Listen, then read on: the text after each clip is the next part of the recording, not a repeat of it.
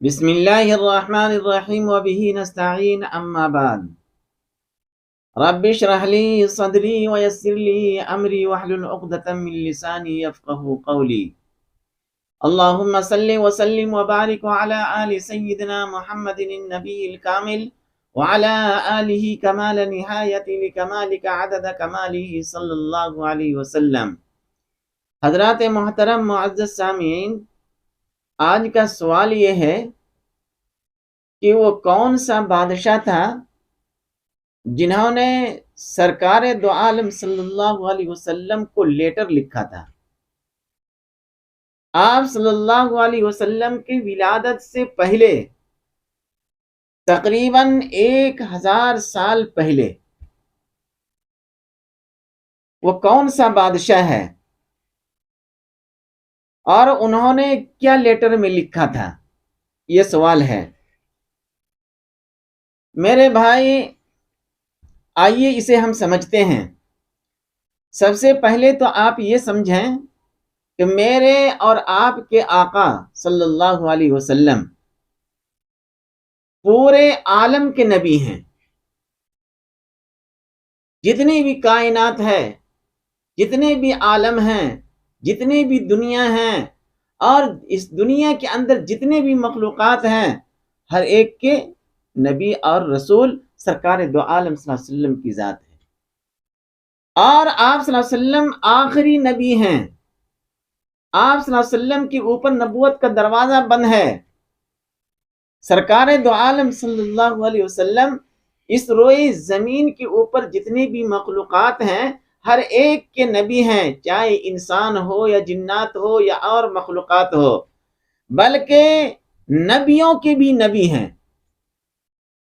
اس بات کو اچھی طرح ذہن نشی کریں گے، اور پھر اس بات کو بھی آپ یاد رکھیں کہ سرکار دو عالم صلی اللہ علیہ وسلم سب سے پہلے نبی بھی ہیں اور سب کے بعد میں آئے ہیں، اخیر کے اندر آئے ہیں۔ نبی پہلے ہی تھے، حضرت آدم علیہ السلام سے پہلے نبی سرکار دو عالم صلی اللہ علیہ وسلم کی ذات ہے۔ اور آقائے مدنی صلی اللہ علیہ وسلم چونکہ نبیوں کے نبی ہیں، امام الانبیاء ہیں، جو اگر کسی کمیٹی، کسی جلسہ کا صدر ہو تو ان کا بیان سب سے لاسٹ میں ہوتا ہے، اخیر میں ہوتا ہے، حالانکہ مجلس میں پہلے سے موجود ہوتے ہیں وہ۔ اس کا مطلب یہ نہیں ہے کہ بڑا جلسہ ہے، پروگرام ہے، اور جو جلسے کے صدر ہوتے ہیں وہ لاسٹ میں آتے ہیں اور اس کے بعد ان کی تقریر، ان کا بیان بعد میں ہوتا ہے۔ ایسی بات نہیں ہے۔ صدر جلسہ انہی کو بنایا جاتا ہے جو پہلے سے موجود ہو جلسے کے اندر۔ یہ بات میں آپ کو سمجھانے کے لیے بتا رہا ہوں۔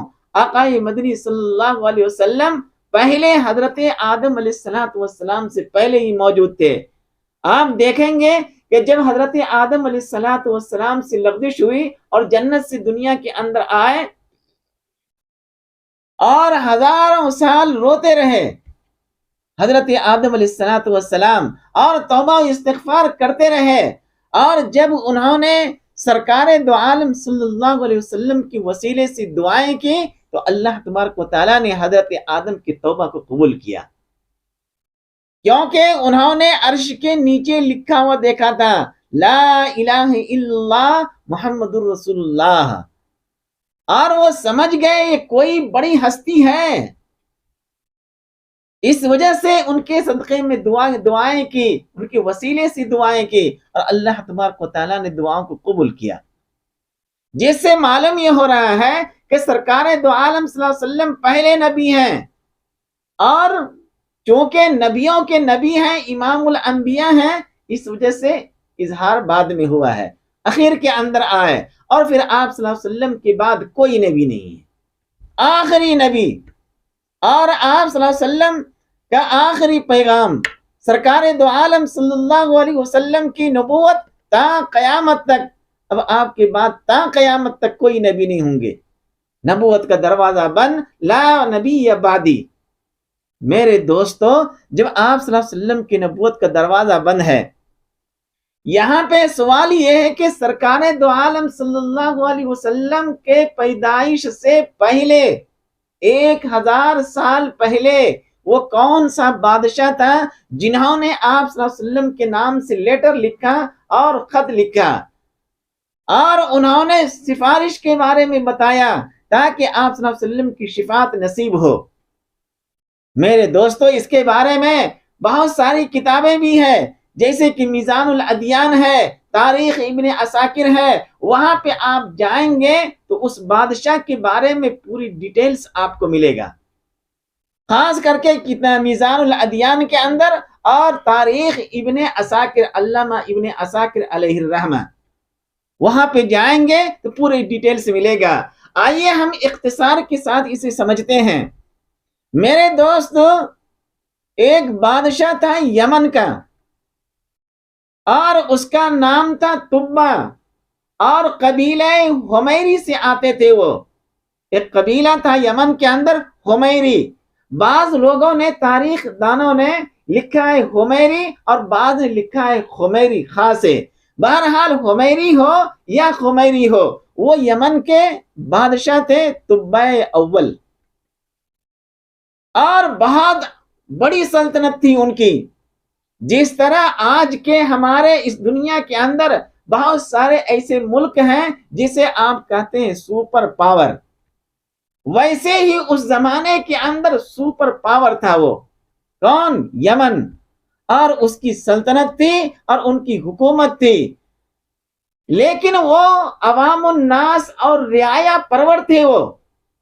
جس طرح کہ آج ہمارے ملک کے اندر بعض دفعہ ایسا ہوتا ہے کہ یہاں کے جو وزیر ہوتے ہیں یا وزیر اعظم ہوتے ہیں یا چیف منسٹر ہوتے ہیں، وہ اپنے علاقے کے دورہ کرتے ہیں تاکہ عوام الناس کے حال چال معلوم ہو سکے، تاکہ لوگ کس حالت میں ہیں معلوم ہو سکے، لوگوں کے دکھ اور درد معلوم ہو سکے۔ ویسے ہی یمن کی بادشاہ تبع اول، جن کا حمیری قبیلہ سے آتے ہیں، وہ بھی دورہ کیا کرتے تھے۔ کبھی فلاں علاقے میں تو کبھی فلاں علاقے میں سرکاری دورہ، تاکہ عوام الناس کو اگر کوئی تکلیف ہے تو اسے دور کیا جائے، اگر عوام الناس کسی پریشانی میں ہے تو اسے دور کیا جائے، اگر کسی کوئی ضرورت ہے تو اسے وہ ضرورت پہنچائی جائے، آنن فانن۔ اس طرح وہ یمن کا بادشاہ جن کا نام تبا تھا، تبع اول الحمیری، حمیری قبیلہ تھا، ایک دفعہ وہ سرکاری دورے کے اوپر نکلا اور پوری آہو لشکر کے ساتھ، جیسے کہ آج کل کے زمانے میں وزیر اعظم چلتے ہیں تو جہاں پہ جا رہے ہیں پہلے ہی وہاں پہ سیکرٹری موجود ہوتی ہے نہیں ہوتی ہے، اور تمام انتظامات ہوتے ہیں۔ ویسے ہی جب یہ تبا بادشاہ، ان کی سلطنت، ان کی حکومت تھی اور بہت ہی مضبوط حکومت تھی ان کی، اور بالکل جیسے کہ آج کل کے زمانے میں کوئی ہیرو ہوتے ہیں اور وہ کسی علاقے میں آ جائے تو کیسے لوگ کھڑکیوں سے جھانکتے ہیں اور کس طرح روڈوں کے اوپر آ جاتے ہیں، یا آج کے کوئی وزیر اعظم روڈ شو کرے تو کس طرح لوگ پھول برساتے ہیں، نہیں برساتے ہیں۔ ویسے ہی جب سرکاری دورہ کے اوپر تبا جو یمن کا بادشاہ تھا وہ نکلا، اور جب وہ نکلے تو اکیلے تنے تنہا نہیں، ان کے ہمراہ، ان کے ساتھ تقریباً 12,000 علماء کرام تھے۔ وہ علماء کرام جو اکابرین علماء کرام میں شمار ہوتے ہیں اس زمانے کے حساب سے، ایسے تمام، کیونکہ علماء کی خدمت کیا کرتے تھے وہ، اور علماء کرام سے محبت کیا کرتے تھے۔ وہ تبا جو بادشاہ تھا، اس وجہ سے اللہ تبارک و تعالیٰ نے ان کو ہدایت بھی دے دی، اور میں سمجھتا ہوں کہ علماء کی برکت ہے آج بھی عوام الناس آپ صلی اللہ علیہ وسلم کی امت، سرکار دو عالم صلی اللہ علیہ وسلم کے جو نائبین علماء کرام ہیں، ان سے محبت کرتے ہیں، ان سے پیار کرتے ہیں، اور ان کے اوپر مال اور دولت خرچ کرتے ہیں، آج بھی کرتے ہیں، عوام الناس کرتے ہیں۔ حکومت کو چھوڑ دیجئے، لیکن عوام الناس علماء کرام سے محبت کرتے ہیں، اور کرنی بھی چاہیے، کیونکہ یہ سرکار دو عالم صلی اللہ علیہ وسلم کی وارثین ہیں۔ اسی طرح وہ تبا جو بادشاہ تھا، علماء کرام کے ارد گرد رہتا تھا وہ، اور اپنے دربار میں، اپنے سلطنت میں بڑے بڑے علماء کرام کو رکھتے تھے وہ. ہاں، اس زمانے کے حساب سے، جیسے کہ زبور ہے، توریت ہے، انجیل ہے، اس کے جو عالم ہوتے تھے وہ علماء کرام ان کی مجلس میں ہوتے تھے، تاکہ وہ کوئی غلط قدم نہ اٹھائے، اللہ کے حکموں کے مطابق ان کا ہر ایک کام ہو. اس وجہ سے وہ علماء کرام کو رکھتے تھے. پوری تفصیلات میزان الادیان کے اندر آپ دیکھیں. 12,000 علماء کرام کے ساتھ سرکاری دورے پہ نکلے، اور تقریباً 1,32,000 سوار تھے. جیسے کہ فوج ہوتے ہیں آج کل، وزیر اعظم نکلتے ہیں تو سامنے گاڑی، پیچھے گاڑی، آگے پیچھے ساری چیزیں ہوتی ہے، نہیں ہوتی ہے؟ ویسے ہی مضبوط حکومت، مضبوط سلطنت، وہ تبا یمن کا بادشاہ تھا. 12,000 علماء کرام ہیں، اس کے علاوہ 1,32,000 سوار ہیں، اور یہ سوار کے علاوہ 1,13,000 پیدل لوگ چل رہے ہیں ان کے ساتھ. سواری الگ ہے، 1,32,000 سوار ہیں، اور پھر 1,13,000 پیدل لوگ چل رہے ہیں، اور اس کے بیچ میں یہ تبا بادشاہ چل رہا ہے. جس علاقے سے گزرتے ہیں وہاں کے لوگ ان کو نکل کر کے باہر دیکھتے ہیں اور اس کا نظارہ کرتے ہیں، اور ان کے اوپر پھول کا بارش کرتے ہیں، جس طرح کہ آج لوگ کرتے ہیں. ان کا استقبال کرتے ہیں. کہیں کسی گاؤں میں آ رہا ہے تو وہاں جیسے آج کل پہلے سے پھول بچھا دیتے ہیں، پٹاخہ چھوڑتے ہیں، ہاں ویسے ہی اس زمانے کے اندر قالین بچھا دیتے تھے کہ بادشاہ آ رہے ہیں، اور ان کا شاندار استقبال ہوتا. گھروں سے ہر ایک نکل کر کے روڈوں کے اوپر کھڑے رہتے بادشاہ کا استقبال کرنے کے لیے، کیونکہ بادشاہ سرکاری دورے پہ تھے. میرے دوستو، میزان الادیان کے اندر لکھا ہوا ہے کہ وہ دورہ کرتے ہوئے، تمام اپنے ملک کا معائنہ کرتے ہوئے، اور لوگوں کے دکھ اور درد کو سنتے ہوئے خانہ کعبہ تک پہنچ گئے. کہاں پہنچے؟ خانہ کعبہ. لیکن خانہ کعبہ تو خانہ کعبہ ہے، بیت اللہ تو بیت اللہ ہے، اللہ کا گھر ہے. اگر کوئی انسان چاہے دور دراز سے ہو یا قرب و جوار سے ہو، اگر خانہ کعبہ پہنچ جائے، بیت اللہ پہنچ جائے، تو ہر ایک کی نگاہ، چاہے وہ امیر ہو یا بادشاہ ہو یا غریب ہو یا فقیر ہو، اگر اللہ کے دربار میں پہنچ گیا تو ان کی نگاہیں صرف بیت اللہ کے اوپر ہوتی ہے، کسی بادشاہوں کے اوپر نہیں ہوتی ہے. وہاں پہ فقیر ہو یا بادشاہ ہو، سب کے سب برابر ہوتے ہیں. کہاں؟ بیت اللہ میں. خانہ کعبہ آپ جائیے اور دیکھیے، وہاں پہ سب برابر ہیں، سب ایک ہی صف کے اندر ہیں. یہ تبا بادشاہ جو یمن کا تھا، بادشاہ حمیری یا خمیری کہہ لیجیے، یہ بادشاہ حمیری جب خانہ کعبہ پہنچا تو دیکھ رہا ہے کہ جو لوگ طواف کر رہے ہیں وہ تو طواف میں مصروف ہیں، اور جو لوگ گھروں کے اندر ہیں وہ اپنے گھروں کے اندر بند ہیں. کسی نے بھی اس کا استقبال نہیں کیا، اور کوئی بھی انسان گھروں سے باہر نکل کر کے ان کو دیکھنے کے لیے آئے نہیں، نہ تو ان کے اوپر پھول برسائے، کچھ بھی نہیں کیے. کیونکہ وہاں پہ خانہ کعبہ ہے، بیت اللہ ہے، اللہ کا گھر ہے. اس کی عظمت، اس کی محبت، اس کا پیار، اس کا عشق، یہ ساری چیزیں یہ بتاتی ہے کہ بس اللہ کا گھر ہے، اللہ سے محبت ہے، اللہ کے گھر سے محبت ہے، اور اللہ کی جو مخلوق ہے وہ اللہ کے گھر سے باہر. بات آ رہی سمجھ میں؟ اس وجہ سے کسی نے بھی اس کا استقبال نہیں کیا. اور جب تبا نے اپنے وزیر سے پوچھا کہ اس کی وجہ کیا ہو سکتی ہے کہ لوگ اپنے گھروں سے نکلے نہیں، اور بیت اللہ کا جو طواف کر رہے ہیں، لوگ اس گھر کا طواف کر رہے ہیں، وہ چھوڑ کر کے مجھے دیکھنے کے لیے نہیں آئے، مجھے میرا استقبال انہوں نے نہیں کیا، اور میں ابھی پورے سلطنت کا فرما روا ہوں، اور پوری سلطنت میری مٹھی میں ہے، اور میں اس کا اکیلا بادشاہ ہوں. کون کہہ رہا ہے؟ تبا کہہ رہا ہے.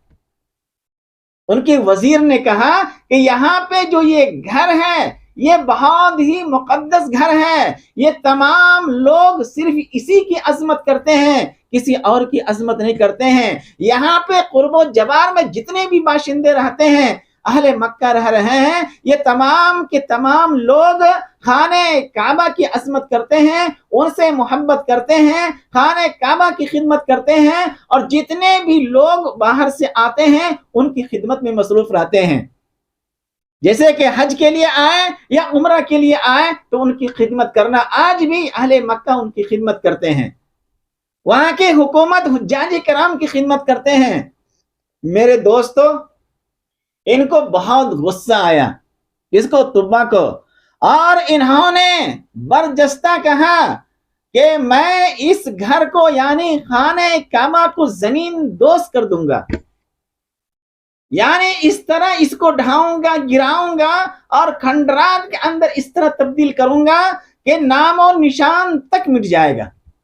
اس کا خانہ کعبہ کے بارے میں وہ کہہ رہا ہے کہ اس طرح اس کو میں یہاں سے گراؤں گا، اور جتنے بھی یہاں کے باشندے ہیں، جتنے بھی یہاں پہ لوگ ہیں، ہر ایک کو کھڑا کر کے ان کا سر ان کے تن سے جدا کر دوں گا، تاکہ دنیا والوں کو سبق ملے کہ جب یمن کا بادشاہ طبا نکلے گا تو ان کا ہر حال میں استقبال کرنا ہی کرنا ہے۔ اس طرح کے انہوں نے الفاظ استعمال کیا۔ الفاظ استعمال کرنا تھا کہ اللہ کا گھر ہے، اور خانہ کعبہ اور مسجد نبوی یہ دو جگہ ایسی ہے جس کی حفاظت کی ذمہ داری اللہ رب العزت نے لی ہے۔ پروردگار عالم برداشت نہیں کریں گے کہ کوئی خانہ کعبہ کے بارے میں بات کرے اور اسے گرانے کی بات کرے، یا مدینہ منورہ کے آب و ہوا کو خراب کہے، یا وہاں کی زمین جو ہے، وہاں کی جو مٹی ہے اسے خراب کہے۔ اللہ رب العزت برداشت نہیں کریں گے، کیونکہ خانہ مکہ کے اندر خانہ خدا ہے، اللہ کا گھر ہے، بیت اللہ ہے، اور مدینہ منورہ کے اندر اللہ کے محبوب ہیں، اللہ کے حبیب ہیں، سرکار دو عالم صلی اللہ علیہ وسلم آرام کر رہے ہیں۔ اس وجہ سے اگر کوئی شخص وہاں پہ جا کر کے یہ کہہ دے کہ مدینہ کی دہی کھٹا ہے، تو میرے دوستو مجھے امید ہے کہ وہ شخص کا جب موت ہوگا جنہوں نے کہا کہ وہاں کی دہی کھٹا ہے، کہاں کا؟ مدینہ کا، ان کی موت کفر کے اوپر ہوگی۔ آپ بول نہیں سکتے ہیں کہ مدینہ کی دہی کھٹا ہے یا مدینہ کے آب و ہوا صحیح نہیں ہے، بلکہ وہاں کے ہر ایک ذروں میں اللہ رب العزت نے شفا رکھی ہے۔ آ رہی بات سمجھ میں؟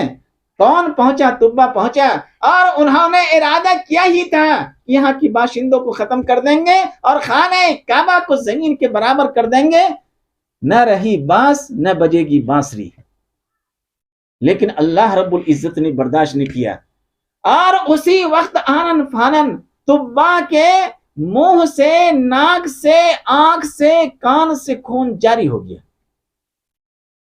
تاریخ کے اندر لکھا ہوا ہے، تاریخ ابن عساکر اٹھا کر کے دیکھیں تو معلوم ہوگا کہ جس طرح خون بہنا شروع ہوا، اور اتنی بدبودار خون تھا کہ اس کے قرب و جوار میں، بادشاہ کے قرب و جوار میں جتنے بھی وزیر تھے، جتنے بھی لوگ تھے، اس سے دور بھاگنے لگے، جو کہ بادشاہ تھا اور اس کا روب و دبدبا تھا۔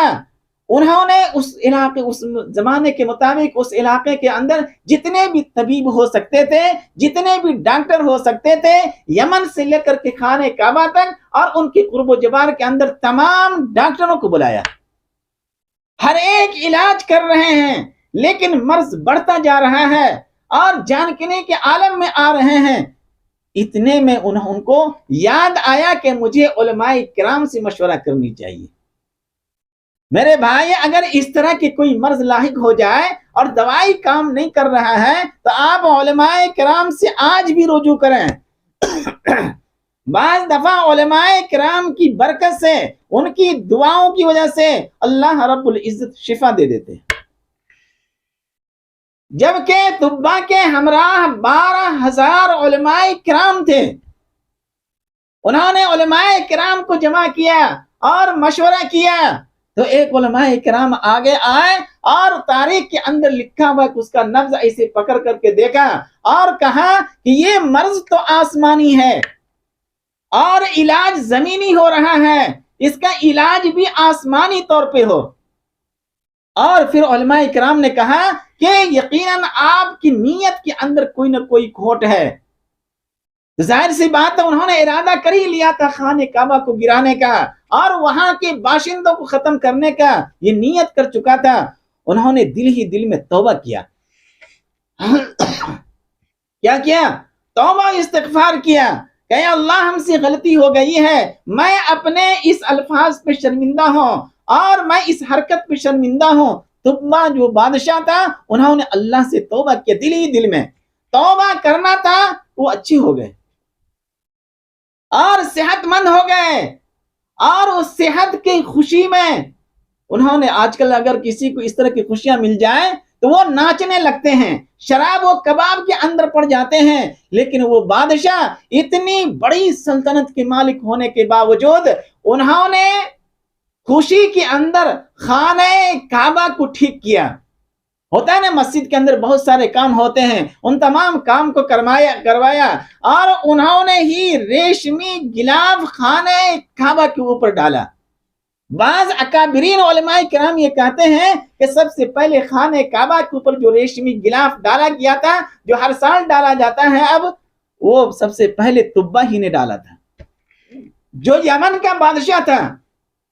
اور انہوں نے خانہ کعبہ کے اوپر ریشمی غلاف ریشم سے بنا ہوا وہ خانہ کعبہ کے اوپر ڈالا اور وہاں کے جتنے بھی باشندے تھے ہر ایک کو انہوں نے پیسہ دیا، 7 دراہم، اس زمانے کے جو پیسے ہوتے تھے، اور 7 جوڑے ریشمی جوڑے ہر ایک باشندے کو انہوں نے دیا.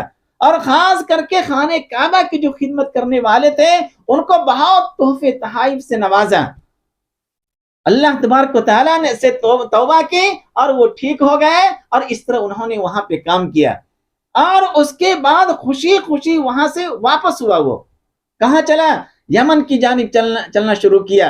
اور چلتے چلتے راستے میں وہ مقام آیا جہاں پہ مدینہ منورہ ہے، جہاں پہ آج روضہ رسول صلی اللہ علیہ وسلم ہے.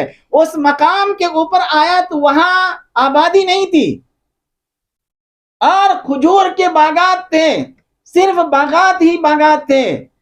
جب تمام علماء کرام اس کو دیکھے تو وہاں پہ ٹھہر گئے اور اس تبا بادشاہ کو بتایا کہ ہم نے جو توریت میں پڑھی ہے، ہم نے جو انجیل میں پڑھا ہے اور ہم نے جو زبور میں پڑھا ہے اور سرکار دو عالم صلی اللہ علیہ وسلم کی جو نشانیاں ہیں اور جو علامت ہیں کہ سرکار دو عالم صلی اللہ علیہ وسلم مکہ میں پیدا ہوں گے اور وہ آخری نبی ہوں گے اور وہ اس طرح کے ہوں گے اور ان کے حلیے مبارک اس طرح ہوں گے، اور جب کفار مکہ آپ صلی اللہ علیہ وسلم کو ستائیں گے تو سرکار دو عالم صلی اللہ علیہ وسلم ہجرت کر کے یہی جگہ پہ تشریف لائیں گے.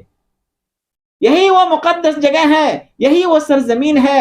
تاریخ کے اندر لکھا ہوا ہے کہ وہاں کے جو علماء کرام تھے وہاں کی مٹی کو سونگتے تھے اور وہاں کے کنکڑیوں کو سونگتے تھے، وہاں کے جو کھجور کے درخت ہیں اس کو سونگتے تھے اور پھر کتابوں کو دیکھتے تھے، توریت کو، انجیل کو، زبور کو دیکھتے تھے اور پھر اس کے مطابق ملایا جو خوشخبری انجیل کے اندر ہے اور جو خوشخبری زبور اور توریت کے اندر ہے. اس حساب سے انہوں نے کہا یقیناً 100% یہ وہی جگہ ہے جہاں پہ سرکار دو عالم صلی اللہ علیہ وسلم ہجرت کر کے آئیں گے اور پھر یہیں پہ آپ صلی اللہ علیہ وسلم حکومت کریں گے اور سرکار دو عالم صلی اللہ علیہ وسلم کا مسار بھی یہیں پہ رہے گا. سرکار دو عالم صلی اللہ علیہ وسلم کے آخری آرام گاہ بھی یہیں پہ رہیں گے. اور آج آپ دیکھ لیجئے روضہ رسول صلی اللہ علیہ وسلم مدینہ منورہ کے اندر ہے.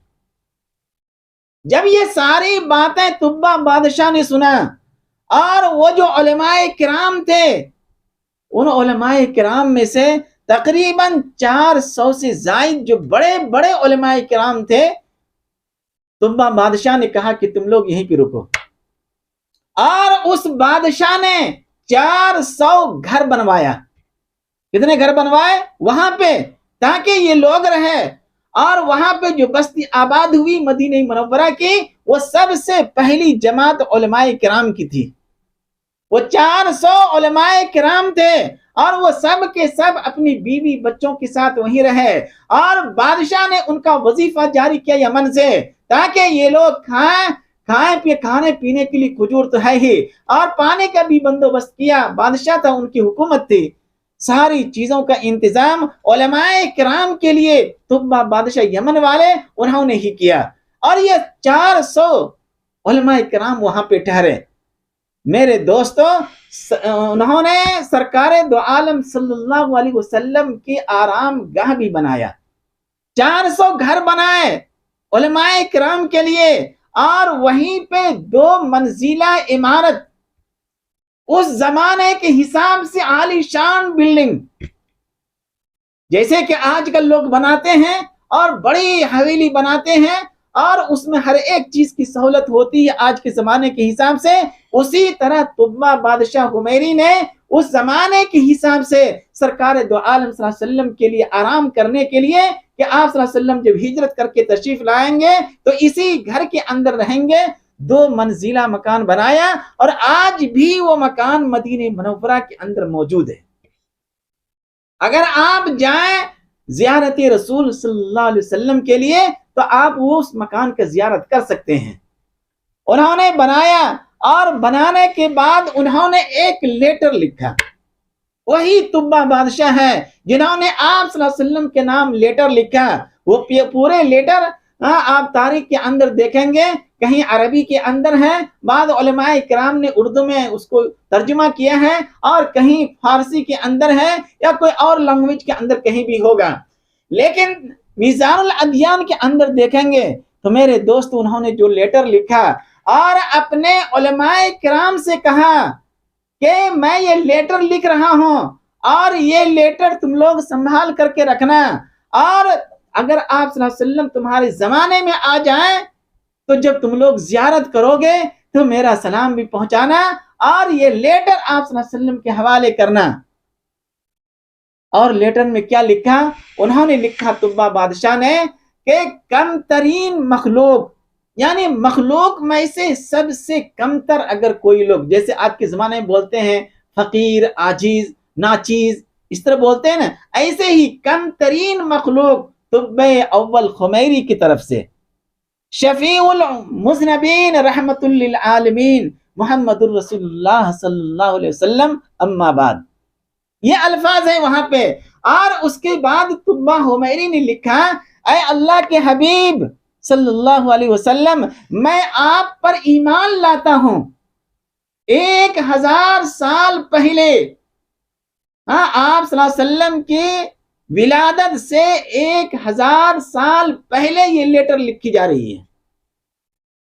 جب اللہ تبارک و تعالیٰ کسی کو ہدایت دیتے ہیں، فرماتے ہیں انک لا تہدی من احببت ولکن اللہ یہدی من یشاء، اے محمد صلی اللہ علیہ وسلم، ہدایت دینا میرا کام ہے، آپ کا کام نہیں ہے۔ آپ کا کام ہے میرا پیغام میرے بندوں تک پہنچا دیجئے، لیکن آپ ان کو ہدایت دے دیں، ایسا نہیں ہو سکتا ہے۔ ہدایت دینا تو میرا کام ہے، جسے چاہتے ہیں اللہ ہدایت دے دیتے ہیں۔ دیکھیے طبہ بادشاہ جو اپنی سلطنت اور حکومت کے اوپر اترا رہا تھا اور اس کے اوپر غرور کر رہا تھا، لیکن جب اللہ تبارک و تعالیٰ نے ان کو توفیق دی اور ہدایت دی تو دیکھیے کیسے ایمان لا رہا ہے۔ آپ صلی اللہ علیہ وسلم کے ولادت سے 1000 سال پہلے سرور کونین صلی اللہ علیہ وسلم کو لیٹر کے ذریعے سے کہہ رہا ہے کہ اے اللہ کے حبیب، میں آپ پر ایمان لاتا ہوں، اور جو کتاب آپ پر نازل ہوگی اس پر بھی ایمان لاتا ہوں۔ آپ دیکھیں گے ہسٹری، آپ دیکھیں گے تاریخ، علامہ ابن عساکر رحمت اللہ علیہ، وہاں پہ یہی الفاظ ہیں کہ جو کتاب آپ پر نازل کی گئی اس پر بھی ایمان لاتا ہوں، اور میں آپ کے دین پر ہوں۔ کیا فرمایا؟ میں آپ کے دین پر ہوں، بس اگر مجھے آپ کی زیارت کا موقع مل گیا تو بہت اچھا۔ اگر زیارت کا موقع مل گیا، اگر میرے زمانے میں آپ ہجرت کر کے مدینہ منورہ آ گئے اور مجھے زیارت کا موقع مل گیا تو بہت اچھی بات ہے، اور اگر میں آپ کی زیارت نہ کر سکا تو میری شفاعت فرمانا۔ کون کہہ رہے ہیں؟ وہ طبہ بادشاہ لکھ رہا ہے، اگر مجھے زیارت کا موقع نہ ملے اور میری آنکھیں آپ کو زیارت نہ کر سکے، میں آپ تک زندہ نہیں رہ سکا، تو اے اللہ کے حبیب، کیا کہہ رہے ہیں؟ اے اللہ کے حبیب میری شفاعت فرمانا۔ اور قیامت کے روز مجھے فراموش نہ کرنا۔ آ رہی بات سمجھ میں؟ ایک بادشاہ 1000 سال پہلے آپ صلی اللہ علیہ وسلم کے ولادت سے 1000 سال پہلے آپ صلی اللہ علیہ وسلم کے اوپر ایمان لا رہے ہیں، اور آج کی اس امت آپ صلی اللہ علیہ وسلم کی امت کو دیکھیے، جبکہ انہیں معلوم ہے، مدینہ منورہ بھی معلوم ہے، خانہ کعبہ بھی معلوم ہے، کون سی کتاب آپ صلی اللہ علیہ وسلم کے اوپر نازل ہوئی، امت محمدیہ کو معلوم ہے، اس کے باوجود پیسہ رہنے کے باوجود نہ تو مدینہ جائیں گے، پیسہ رہنے کے باوجود نہ تو خانہ کعبہ جائیں گے، اور نہ تو قرآن شریف کی تلاوت کریں گے۔ دیکھ لیجیے آج امت محمدیہ کو، جبکہ آپ کے درمیان میں یہ ساری چیزیں موجود ہیں، علماء کرام بھی موجود ہیں، اور یہ علماء کرام پہلے بھی تھے، آج بھی ہیں، اور تا قیامت تک رہیں گے انشاءاللہ۔ رہیں گے نہ رہیں گے؟ وہ طبہ بادشاہ کو اللہ نے ہدایت دے دی، اور وہ لیٹر لکھ رہا ہے، اگر میں آپ کی زیارت نہ کر سکا تو میری شفاعت فرمانا، اور قیامت کے روز مجھے فراموش نہ کرنا، مجھے بھول نہ جانا، میں آپ کی پہلی امت میں سے ہوں۔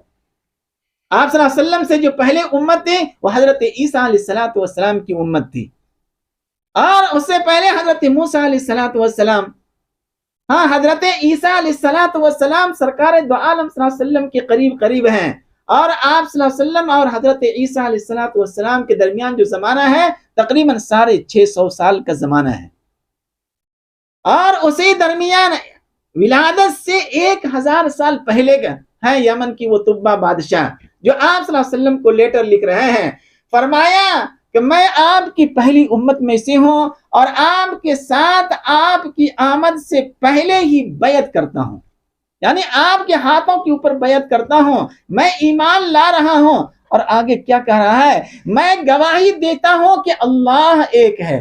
اللہ کتنے ہیں؟ اللہ ایک ہے یا نہیں ہے؟ سب جانتے ہیں اللہ ایک ہے، اور اللہ ہمیشہ سے ہے اور ہمیشہ ہے یا نہیں ہے؟ لیکن آج امت کو معلوم نہیں ہے، امت بولتے ہیں کیا اللہ ہمیشہ سے ہے اور ہمیشہ رہے گا؟ اگر کوئی یہ دلیل مانگ لے کہ اس کے اوپر کیا دلیل ہے، قرآن کی کون سی آیت ہے، میں سمجھتا ہوں کہ شاید ہی کوئی امت بتا سکے، کیونکہ قرآن تو پڑھتے نہیں ہیں کیا؟ اس وجہ سے علماء کرام سے آپ پوچھئے کہ اللہ ایک ہے، اس کی دلیل کیا ہے، اور آپ بول دیں گے ہم بغیر دلیل کو اللہ ایک مانتے ہیں، اچھی بات ہے، لیکن اللہ ہمیشہ سے ہے اور ہمیشہ ہے، اس کی کیا دلیل ہے؟ دلائل ہوں گے یا نہیں کہ اللہ ہمیشہ سے ہے اور ہمیشہ رہے گا، یہ دعویٰ ہے، اس کے پیچھے دلیل کیا ہے؟ دلیل کون سی قرآن کی آیت ہے، اور احادیث رسول صلی اللہ علیہ وسلم کی وہ کون سی حدیث ہے جس کے ذریعے سے معلوم ہو کہ اللہ کی ذات ہمیشہ سے ہے اور ہمیشہ ہے رہے گا؟ یہ عقائد کے بارے میں ہے، ہم اسے کبھی الگ سے اس کو بیان کریں گے کہ اللہ ہمیشہ سے ہے اور ہمیشہ رہے گا، اس کے بارے میں کیا دلیل ہے، ہم کسی اور ٹاپک پہ۔ لیکن یہاں پہ تو وہ کہہ رہا ہے کہ میں گواہی دیتا ہوں کہ اللہ ایک ہے، اور اس بات کی بھی گواہی دیتا ہوں کہ آپ اللہ کے سچے رسول ہیں صلی اللہ علیہ وسلم۔ کلمہ لا الہ الا اللہ محمد رسول اللہ کے اندر تو یہی تو ہے، اشہد ان لا الہ الا اللہ واشہد ان محمد عبدہ ورسولہ، اس کے اندر یہی تو ہے۔ اس وجہ سے میرے دوستو، آپ اس کلمے کو پڑھیے اور اس کے تقاضے کے اوپر عمل کیجئے، اور اللہ سے ہدایت مانگتے رہیے۔ تو بادشاہ نے وہ لیٹر لکھ کر کے وہ جو 400 علماء کرام مدینہ منورہ کے اندر بسایا، ان کو وہ لیٹر حوالے کیا، اور کہا کہ آپ لوگ اسے رکھیں اور سنبھال کر کے رکھیں گے، اور جب آپ لوگوں کی زندگی میں سرکار دو عالم صلی اللہ علیہ وسلم کی زیارت نہ ہو سکے تو آپ اپنے آنے والی نسل کو وصیت کر کے ان کے حوالے کریں گے، اور وہ اس کو وصیت کریں گے، اور وہ اس کو وصیت کریں گے، اس طرح نسلاً بعد نسلن، ایک نسل کے بعد دوسری نسل تک یہ خط پہنچتا رہے گا۔ میرے دوستو، تاریخ کے اندر ہے، تاریخ ابن عساکر علیہ الرحمہ اور میزان الادیان کے اندر، کہ وہ لیٹر جو انہوں نے علماء کرام کے حوالے کیا تھا، اور وہ یکے بعد دیگرے لوگ محفوظ رکھتے رہے کہ تبا بادشاہ کی جانب سے یہ لیٹر ہے محمد رسول اللہ صلی اللہ علیہ وسلم کے نام سے.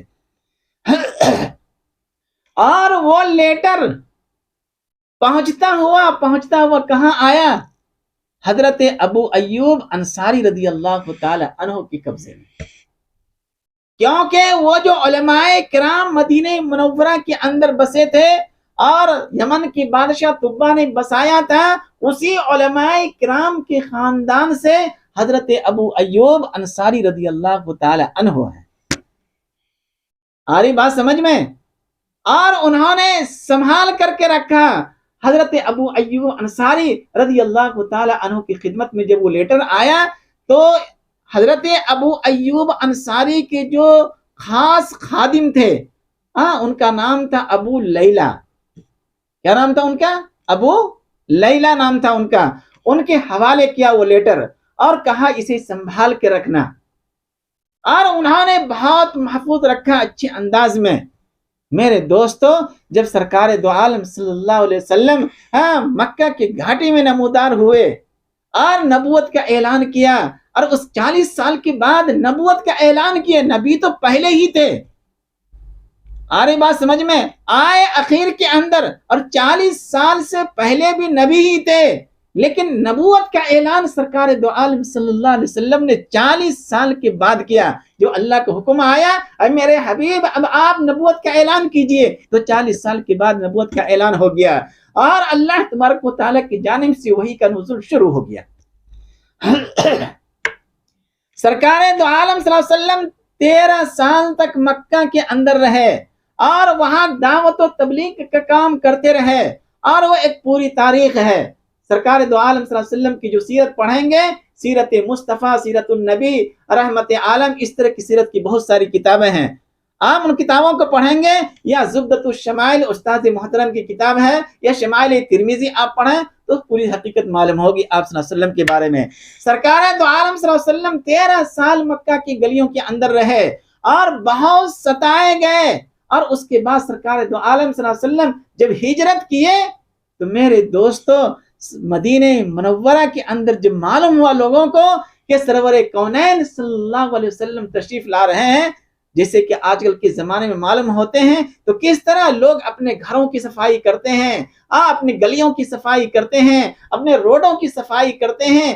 اس طرح مدینہ منورہ کے اندر خوشیوں کا ماحول تھا اور ہر گھر کے اندر روغن ہو رہے تھے.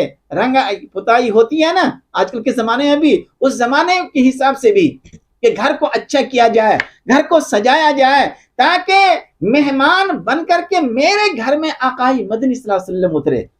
لیکن طبا بادشاہ نے وہ گھر بنا دیا تھا. آپ اسکرین کے اوپر دیکھیں وہ گھر، حضرت ابو ایوب انصاری رضی اللہ تعالی عنہ کے قبضے میں وہ گھر تھا، اور اس گھر کی بھی صفائی ہوئی تھی ایک اچھے انداز میں. اس زمانے کے حساب سے عالی شان بلڈنگ تھی، وہ 2 منزلہ آج بھی موجود ہے مدینہ منورہ کے اندر. آپ جائیں اور اس کی زیارت کریں، ورنہ آپ اسکرین کے اوپر دیکھیے آ رہا ہے، اس کی زیارت کریں آپ، وہاں نیچے بھی اردو میں لکھا ہوا ہے. حضرت ابو ایوب انصاری رضی اللہ تعالی عنہ بھی پوری صاف صفائی کر کے پورے مدینے کے اندر کوہرام مچا ہوا تھا کہ سرور کونین صلی اللہ علیہ وسلم تشریف لا رہے ہیں. خوشی کا ایک ماحول ہے، ہر ایک اپنے گھروں کو سجا رہے ہیں.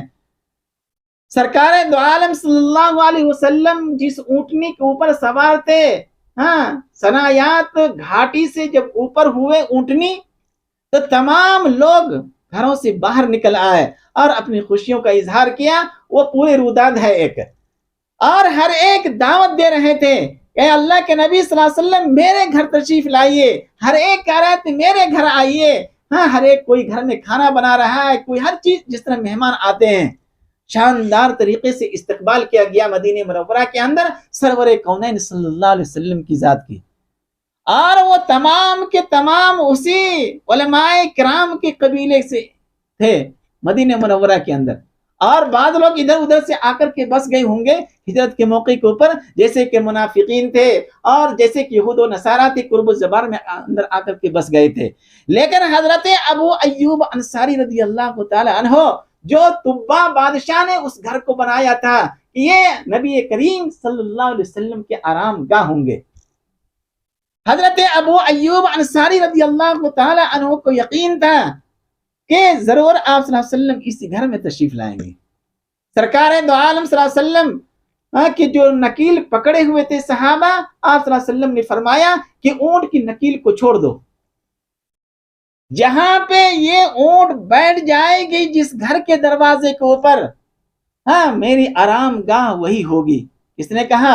سرکار دو عالم صلی اللہ علیہ وسلم نے۔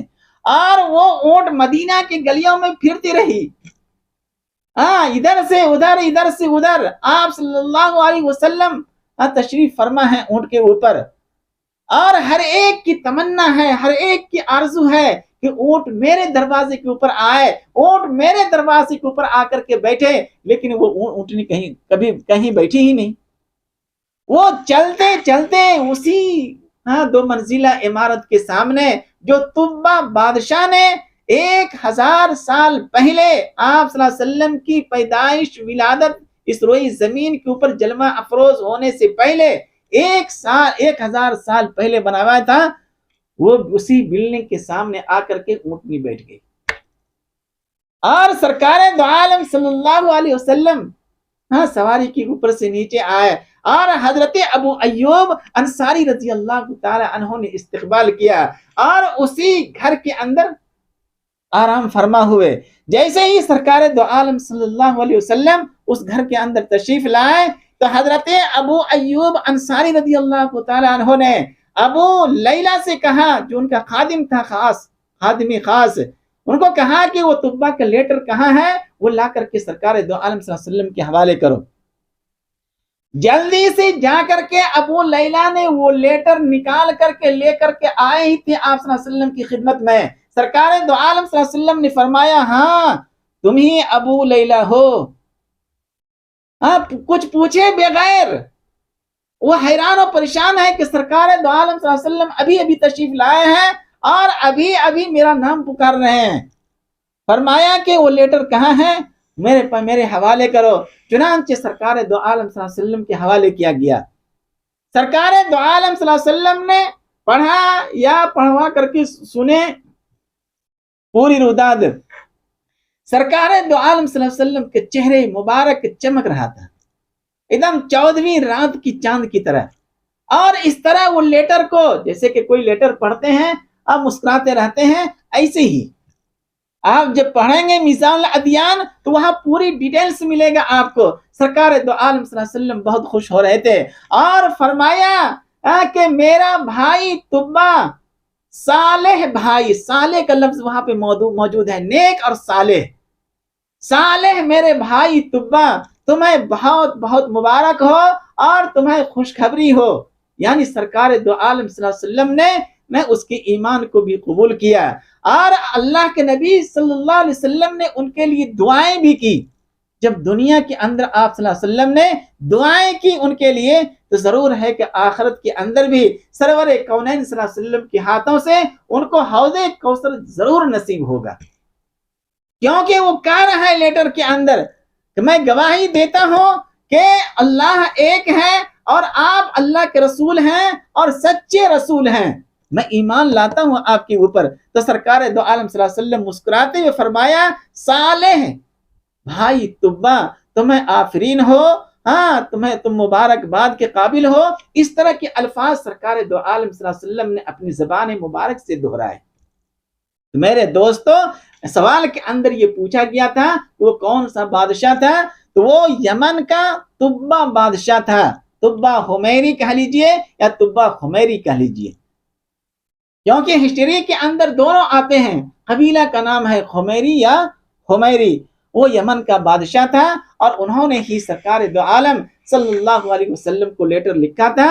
ان کی یہ پوری تفصیلات ہیں جو میں نے آپ کے سامنے رکھ دیا، اور آپ پوری تفصیلات جاننا چاہتے ہیں اور پورے ڈیٹیلز کے اندر، تو آپ میزان الادیان بھی پڑھ لیجئے اور تاریخ ابن عساکر کو بھی جا کر کے دیکھ لیجئے، آپ کی پوری تفصیلات معلوم ہو جائیں گے۔ دعا ہے کہ اللہ تعالی ہم لوگوں کو کہنے سننے سے زیادہ عمل کرنے کی توفیق عطا فرماوے، آمین۔